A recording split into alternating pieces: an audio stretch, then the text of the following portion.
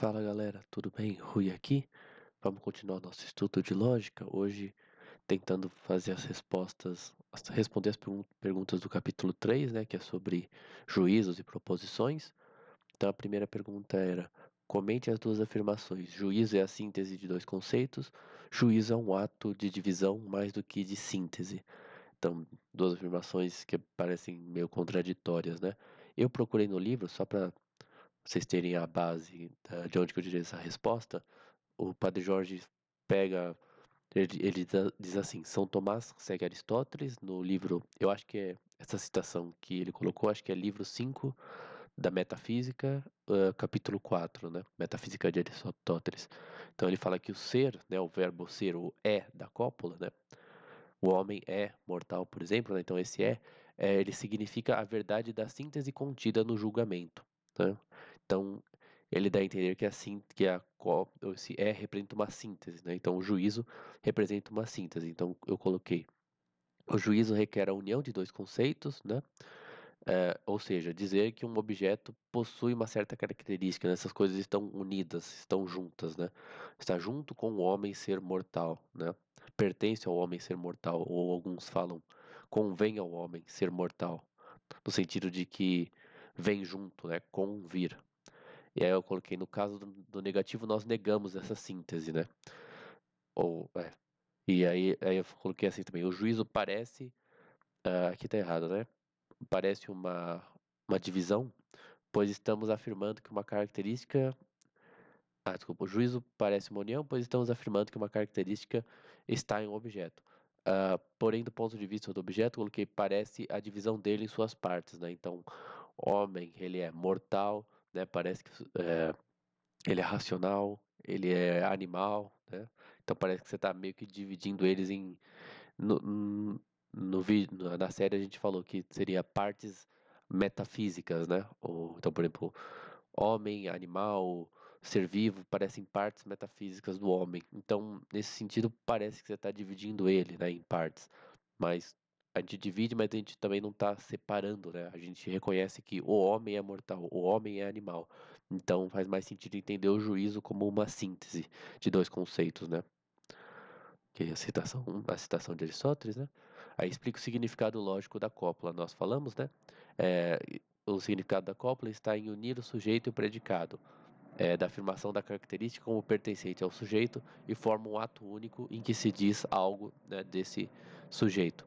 E, na verdade, acho que faltou dizer que a cópula não implica na existência. Acho que essa que é a questão, né? Você pode atribuir características a seres imaginários, né? Seres que você não sabe que existe, né? Então, esse não implica em existência. Acho que isso era parte da. Eu estava revendo o livro agora e o Padre Jorge fala bastante disso, né? A gente também falou na série, mas então faltou eu dizer isso também. Ele fala do sujeito ter a característica descrita no juízo, mas não implica necessariamente em sua existência. Aí agora tem uma afirmação: o juízo consiste em comparar juntamente duas noções ou ideias de objetos derivados da simples apreensão, de maneira a discernir se eles concordam ou discordam.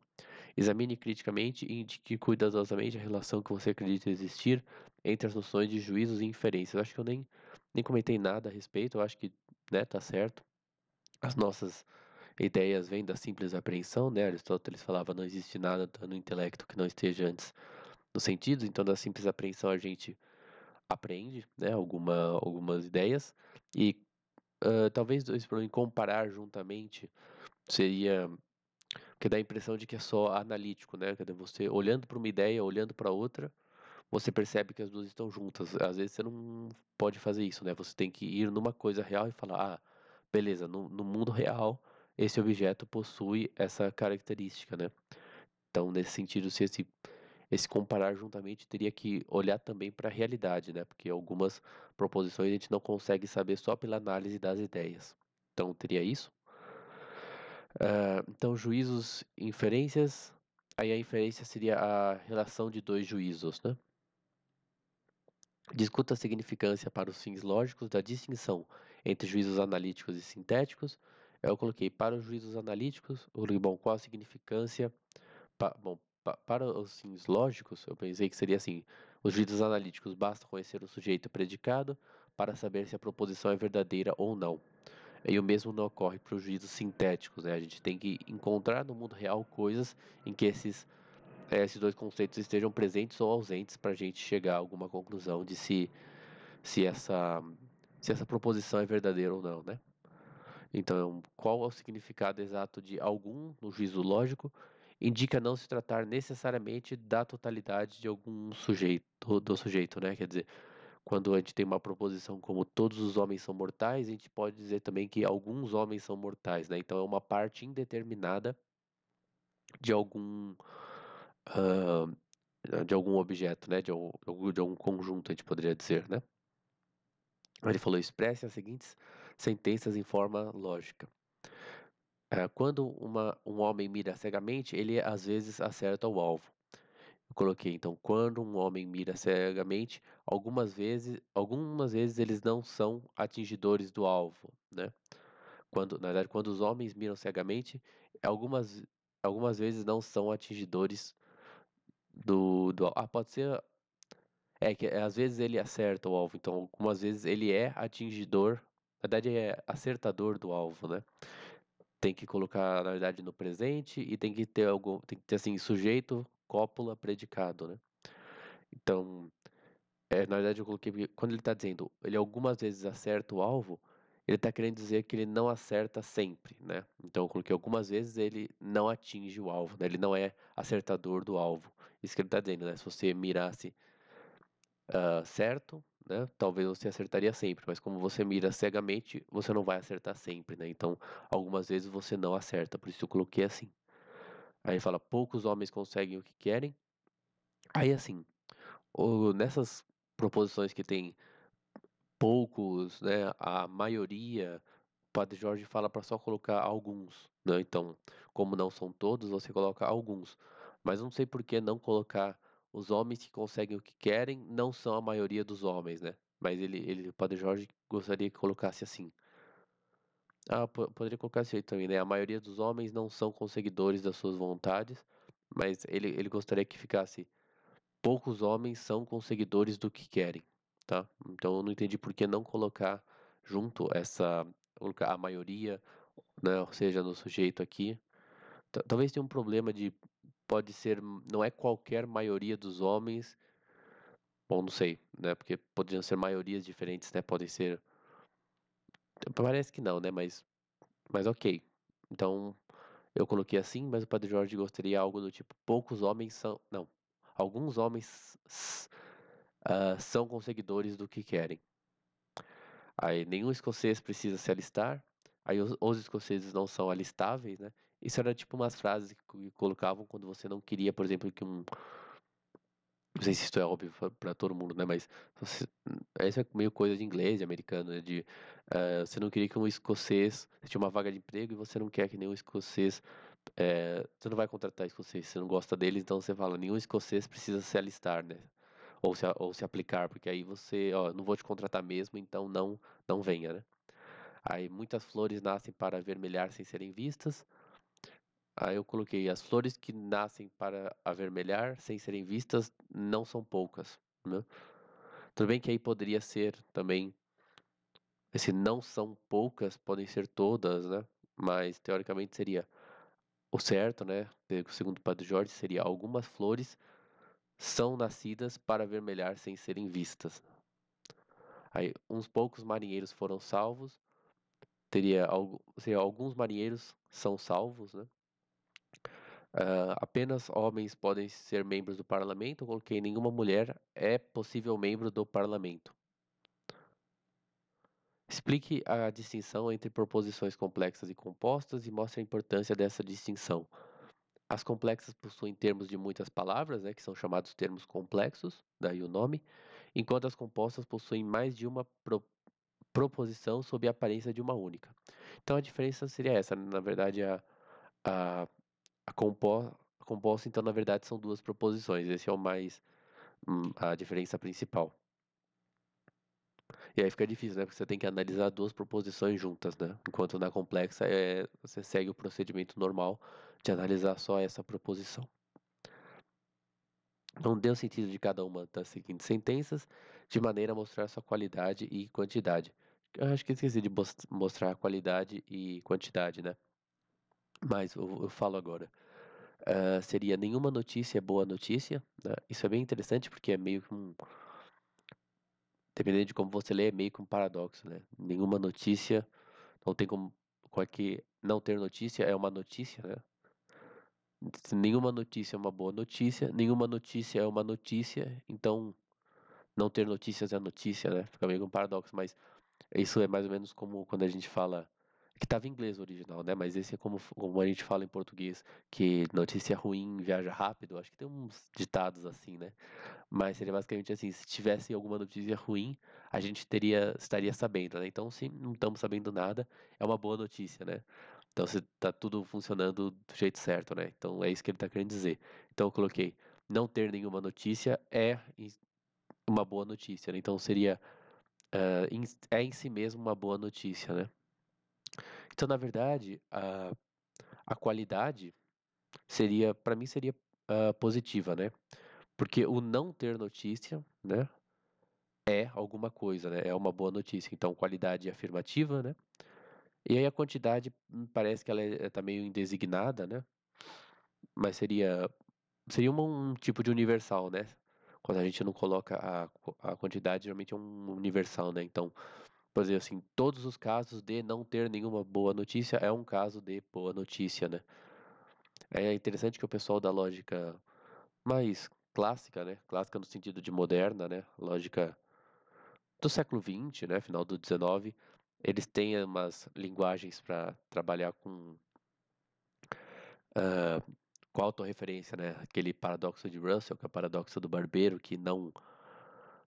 O paradoxo do barbeiro é uma modificação, né? Mas que ele só barbeia as pessoas que não se barbeiam, mas aí, se ele se barbeia, ele está se barbeando alguém que se barbeia, então ele está rompendo o paradoxo, né? Mas então eles criaram tipo linguagens para trabalhar com autorreferência, né? Ou o paradoxo do mentiroso, né? Se eu falo que eu estou mentindo, bom, se for verdade, então eu menti quando eu disse que eu estava mentindo, mas se eu estou mentindo, eu estou falando a verdade, né? Então eles têm essas linguagens, é bem interessante para esse caso, né? Porque a nenhuma notícia trata da situação, né? E a boa notícia é do fato de você não ter nenhuma notícia, tem meio que uma referência, uma autorreferência ali, né? Mas ah, a segunda é que são os ditados ingleses, então acho que é meio difícil de entender. Use um ladrão para pegar um ladrão. Eu coloquei, um ladrão é útil para pegar um outro ladrão, né? Então também seria qualidade afirmativa, quantidade universal. Então, um dos desentendimentos mais um dos desentendimentos estúpidos mais comuns é que todos os nossos monumentos públicos são ruins. Aí eu coloquei todos os nossos monumentos públicos serem ruins é um dos desentendimentos estúpidos mais comuns, né? Então também seria, na verdade seria, acho que seria singular, né? Porque esse esse negócio aqui, né? Esse desentendimento que é todos os nossos monumentos públicos serem ruins, né? Esse aqui é singular, né? Então é um dos desentendimentos estúpidos mais comuns, que eu estou pegando uma frase, né? Na verdade seria um juízo, né? Que é todos os nossos monumentos públicos são ruins. Ela singularmente, só ela, né? Não é um universal, é só ela mesma. E eu estou afirmando algo dela, né? Que é ser um dos desentendimentos estúpidos mais comuns. Então seria a singular afirmativa. Defina proposições exclusivas e exceptivas. Qual é a relação lógica se há algumas entre elas? Expresse as seguintes proposições na forma lógica. Então eu coloquei, né? Então, ambas atribuem uma característica ao sujeito enquanto excluem-na de outros seres. Em termos de lógica, ambas precisam ser substituídas por duas proposições. Aqui eu coloquei os exemplos do Padre Jorge. Então ele colocou apenas Deus é onipotente, é uma exclusiva, e todos exceto um se salvaram, é exceptiva. Ficou bem difícil de entender no livro qual que é a diferença, mas você vê que, pelo que eu entendi, a exclusiva seria ele pega Deus, né, que é tipo um ser, e fala que só ele é onipotente. Nessa aqui de baixo, ele tem, tipo, ele fala, ele pega todos, né, que é um, um conjunto, né, e separa um deles, né. Aqui não, aqui é só, tipo, um ser que é Deus, do qual está sendo dito algo, E aqui são vários, né? Todos exceto um. Então eu achei que quando você coloca um sujeito ali e exclui dos outros, seria exclusiva, né? E nesse outro caso aqui seria exceptiva, mas achei bem parecida, né? As duas coisas, né? Então, eu coloquei ambos possuem palavras como apenas ligadas ao sujeito, excluindo o predicado de qualquer outro sujeito. E o sujeito também é restrito, né, em sua aplicação. Aí ele colocou assim: o único homem na casa era o senhorio. Eu coloquei: o senhorio está na casa, nenhum além do senhorio está na casa. Qualquer um, a não ser um idiota, acreditaria nisso. Essa frase eu sempre me confundo: qualquer um, a não ser um idiota, acreditaria nisso. Alguns idiotas não são crentes nisso, né? E todo não idiota é crente nisso, que qualquer um acreditaria, né? Então todo mundo que não é idiota acredita nisso, né? É crente nisso. E os aqui fala, olha, qualquer um a não ser um idiota, mas ele não diz que todos os idiotas acreditam nisso, né? Então tem que ser alguns idiotas não são crentes nisso. Essa frase me confunde. Os idiotas não acreditariam. Isso que me confunde. Acho que é muito mais comum a gente falar só os idiotas acreditam nisso, né? Mas nesse caso é o contrário. Então só não pode ser todos os idiotas, porque a frase não diz isso, né? Ela diz que só quem acredita é idiota, mas não diz que todos os idiotas não acreditam nisso. Aí nenhuma entrada exceto a negócios. Essa achei estranha porque para mim seria assim, todas as entradas são a negócios, né? Talvez eu tive a impressão de que pela forma seria algumas entradas são permitidas, algu- bom, mas todas as entradas são a negócios. Acho que tá certo, né? Nenhuma entrada exceto a negócio. Quer dizer que se for uma entrada, vai ser a negócio. Então todas as entradas são a negócios. Para mim eu entendi isso. Que também não significa, pela frase, você percebe que não são todas as entradas negócios que são admitidas. Então, beleza. Então apenas membros podem votar. Eu coloquei nenhum não membro. Talvez tivesse que ter um hífen aqui, né? Nenhum não membro pode votar. Aí questão número 9, reduz a forma lógica. Quanto mais velhos nós somos, mais experientes nós nos tornamos. Eu pensei em colocar em forma hipotética. Hipotética é, se somos mais velhos, então somos mais experientes. É meio estranho porque a gente nunca é mais velho do que a gente é, né? Mas eu acho que, não sei como seria no caso categórico, né? Ser mais velho é ser mais experiente, né? Mas esse quanto mais nós somos isso, nós mais nos tornamos aquilo, né? Achei que fica bom na forma hipotética, né? Porque também realmente a gente nunca é mais velho do que a gente é, mas hipoteticamente a gente consegue se imaginar sendo mais velho, né? Ou imaginar que quando nós ficarmos mais velhos, né, ficaremos mais experientes, pode ser. Poucos homens conhecem a sua própria mente. Coloquei alguns homens são conhecedores da própria mente, né? Teria que ser aqui nessa forma lógica tradicional, só você não coloca o poucos, né? Então fica faltando informação, né? Mas poderia colocar alguns homens são conhecedores da própria mente, os conhecedores da própria mente são poucos.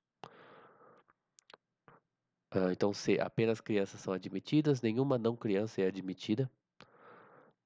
D, qualquer resposta não é boa o bastante. Então, essa frase quer dizer, porque quando a gente lê qualquer resposta não é boa o bastante, significa que nenhuma resposta é boa o bastante. Mas esse ditado, né, eu imagino que na prática seja, não adianta você dar qualquer resposta, sabe? Você tem que dar uma resposta boa, né, ou a resposta certa. Então não significa todas as respostas não são boas o bastante. Significa você tem que dar a resposta certa, né? Não basta fazer qualquer coisa de qualquer jeito, né? Então eu coloquei algumas respostas não são boas o bastante. Se você quiser ler como todas as respostas não são boas o bastante, né? Porque também tem aquele problema, pelo menos na língua portuguesa, de todas as respostas não são boas o bastante, quer dizer que, bom, então o melhor seria nenhuma resposta é boa o bastante, tá? Mas acho que eu estou confundindo muito vocês, né? Porque a gente falou na série que todas as respostas são boas, não são boas o bastante. O que isso quer dizer? Significa que todas não são boas, então significa que nenhuma é boa, ou todas não são boas, quer dizer, existe alguma que é boa, entende? Fica todas as respostas. Seria isso, né? Mas eu entendi que seria isso, né? Seria uma situação real em que a gente diz, olha, não adianta você responder qualquer coisa, né? Não adianta você fazer de qualquer jeito. Então, o que isso significa? Significa que algumas respostas não são boas o bastante. Deu uma breve explicação da lógica modal, como entendida pela lógica tradicional, contraste esse sistema com o introduzido por Kant. Eu coloquei, né, lendo no livro do Padre Jorge mesmo, né? Na lógica modal, a cópula é modificada pela inserção de algum determinante. Isso acho que acontece na lógica do Kant também, né? Mas para expressar a maneira pela qual o predicado pertence ao sujeito, né? Então, coloquei aqui. Ao contrário da divisão escolástica do necessário, ou aqui, não há. Do necessário, possível e impossível, Kant estabelece o assertórico, que significa S é P, problemático, S pode ser P, e apodítico, S deve ser P. E aí um problema da divisão kantiana é se basear apenas na necessidade lógica, então na necessidade real. Então, peguei aqui a frase do Bosanquet, que o Padre Jorge colocou, apesar de o Bosanquet já ser mais um idealista mais hegeliano, né? Mas ele fala, uma necessidade é uma inferência. O Padre Jorge colocou essa citação meio no sentido da frase da, da lógica kantiana, né? Da lógica modal kantiana. Mas seria assim, algo que não necessariamente, que não precisa necessariamente ser verdade, mas é verdade. Por exemplo, sei lá, mas você pega. Bom, você pega alguma coisa. Porque quando você faz uma inferência, beleza, você chega na conclusão, mas essa inferência não é necessário, algo que é necessariamente verdade, como o homem é animal. Isso é necessário. Mas nem todas as inferências partem de afirmações necessárias. Então o Kant tem essa questão de ser a necessidade lógica e não a necessidade real, né? Às vezes tem coisas que são verdade logicamente, mas não são necessariamente verdades no mundo real. Em qual sentido os juízos categóricos universais são hipotéticos? Aí eu coloquei eles não são hipotéticos, tá? Porque é possível reescrever um na forma do outro, mas são atos mentais diferentes. Um atribui algo à sua natureza, o outro estabelece uma relação entre juízos, né? O hipotético é aquele que a gente falou. Ah, quanto mais, se somos mais velhos, somos mais experientes, né? Então tem essa ser isso, então aquilo, né? Isso é diferente de você afirmar categoricamente algo, apesar de que dá para escrever um na forma do outro.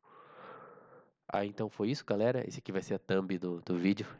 Então acabou os problemas. Espero que tenham gostado. Espero que a explicação não tenha ficado muito confusa. Mas obrigado, até a próxima.